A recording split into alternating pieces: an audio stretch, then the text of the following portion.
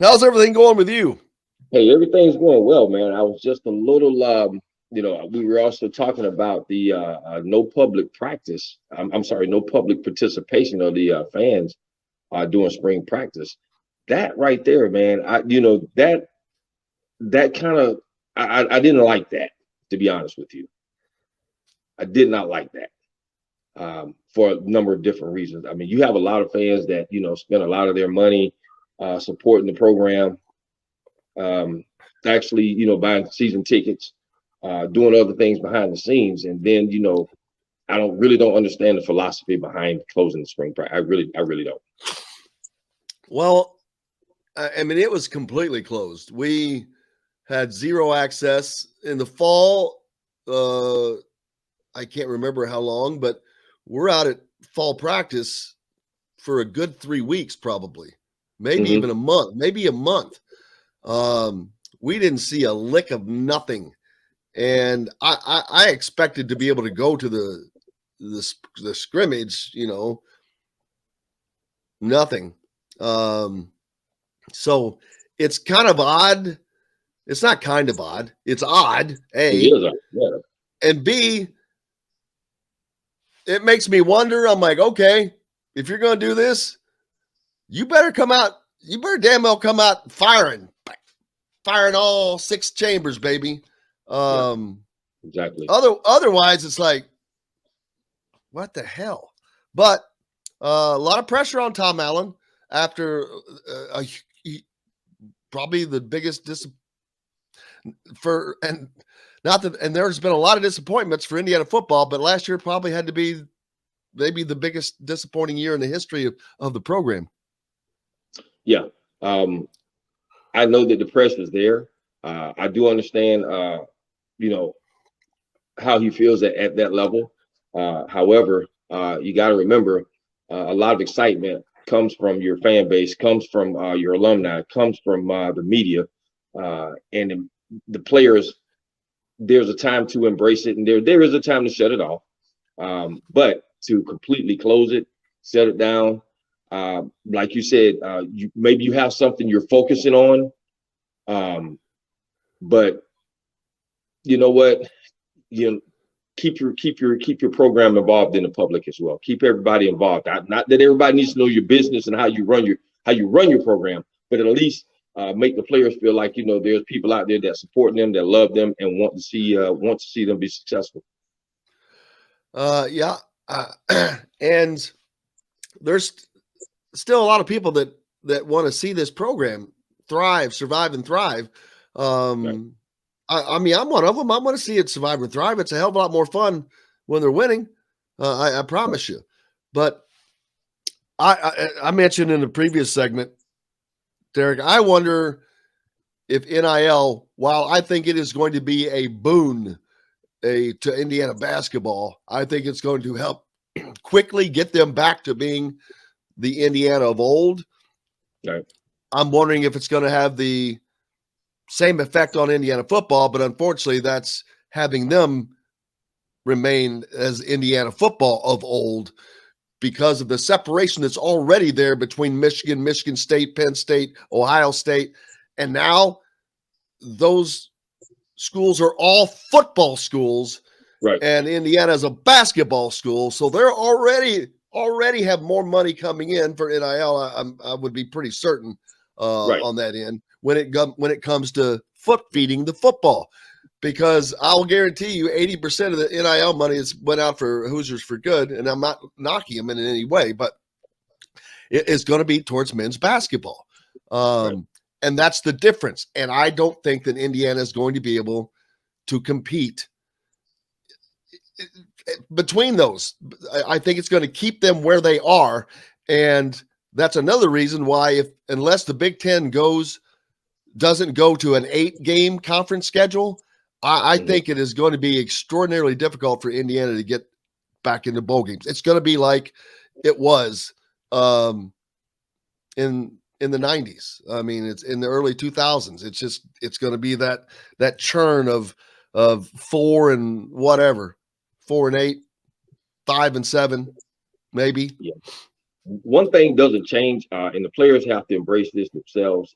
The intestinal fortitude, the desire to compete, the desire to win, that doesn't change. I mean, NIL, AIL, PIL, DIL, whatever you have out. I mean, I do understand. I mean, I do understand. You know what I'm saying? When money comes into play, it changes people. It makes people think.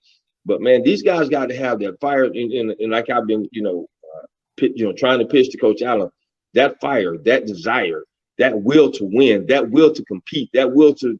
When you look across and you see that different colored jersey, and you want to dominate and you want to win, you need that support. Don't shut off players, former players, alumni from boosting these guys up. And I am, Coach Allen, hey, I every time I'm on here, I encourage you, listen, I will come up and I will do everything I can to help motivate this team and get this thing back on track. I know you guys are doing a very, very good job. Coaching staff, hey, Coach Bell came in doing an excellent job. Hey, listen, man, we need to get this program back to where it was and not let NIL be the deciding factor about, for where we can be successful or where it puts us on a track to our own demise, Yeah, I don't want to see college football become Major League Baseball, where it's the Los Angeles Dodgers, it's the New York Yankees, it's the certain teams that make the most money and that can pay the most money. That's right, exactly. I wish that there was a salary cap, and I can't believe that's not even something that I've considered, but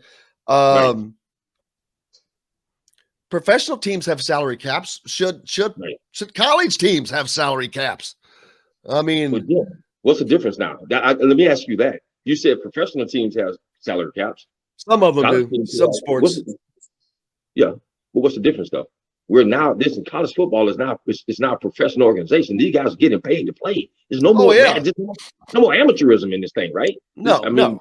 It's no more of that, man. You guys listen, they're coming out of high school. These guys are coming out of high school with $1 million NIL deals, man. Out of high school. And they haven't played a down of college football yet. But that's like saying a kid that is a brainiac that comes out of high school and goes to work for IBM and is able to do that. I mean, but yeah, it's crazy.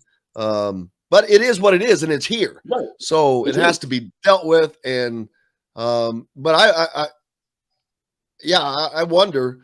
I mentioned Texas A&M reportedly has a war chest of $25 million already built up. All right. Well, probably so. And that's probably, I don't know if that's just for football or if that's overall, but football is their driving train. Right. Without question. They're in the SEC. Right. Exactly. They're paying their football coach almost $8 million a year. So you think they don't care? Hell yes, they care. They want to win. Yeah. So they're going to do whatever it takes to win. Texans always have. Texas football has always. But that's the difference. That's what I'm talking about. It's going to be the same for the Michigans and the Ohio States. And I mean, the kid that came to Ohio State had that big NIL deal. It had nothing to do with Ohio State, really. It was just because he was that caliber of player. Yep. But that's how it's going to be. The Ohio State fans, they want that program to be the program that it is. So the guys that have the money, they're going to give the money. Exactly. The schools have to find a way to balance this, though, because a lot of the people that they're leveraging for donations, NIL donations, are also people that donate to the school. And the school is now losing that money because it's going to the athletes instead. And so they have to find that balance where they're able to maintain their operations, but maybe some of those operations need to be curtailed. That's true. Yeah, I mean there needs to be some structure, right? Not just NL is here, but it just doesn't seem like any structure. I know. Looking at news the other day, Coach Saban made a very good point that since 2006 or 7, their athletes that are in the NFL have made like $1.7 billion. Coming out of Alabama, going into the NFL. the former players have made something like $1.7 billion. So this is a huge industry. So that speaks volumes for what's going to happen in Alabama with this whole NIL thing. I mean, God, these guys are just getting ginormous amounts of money, man, and the program's needed.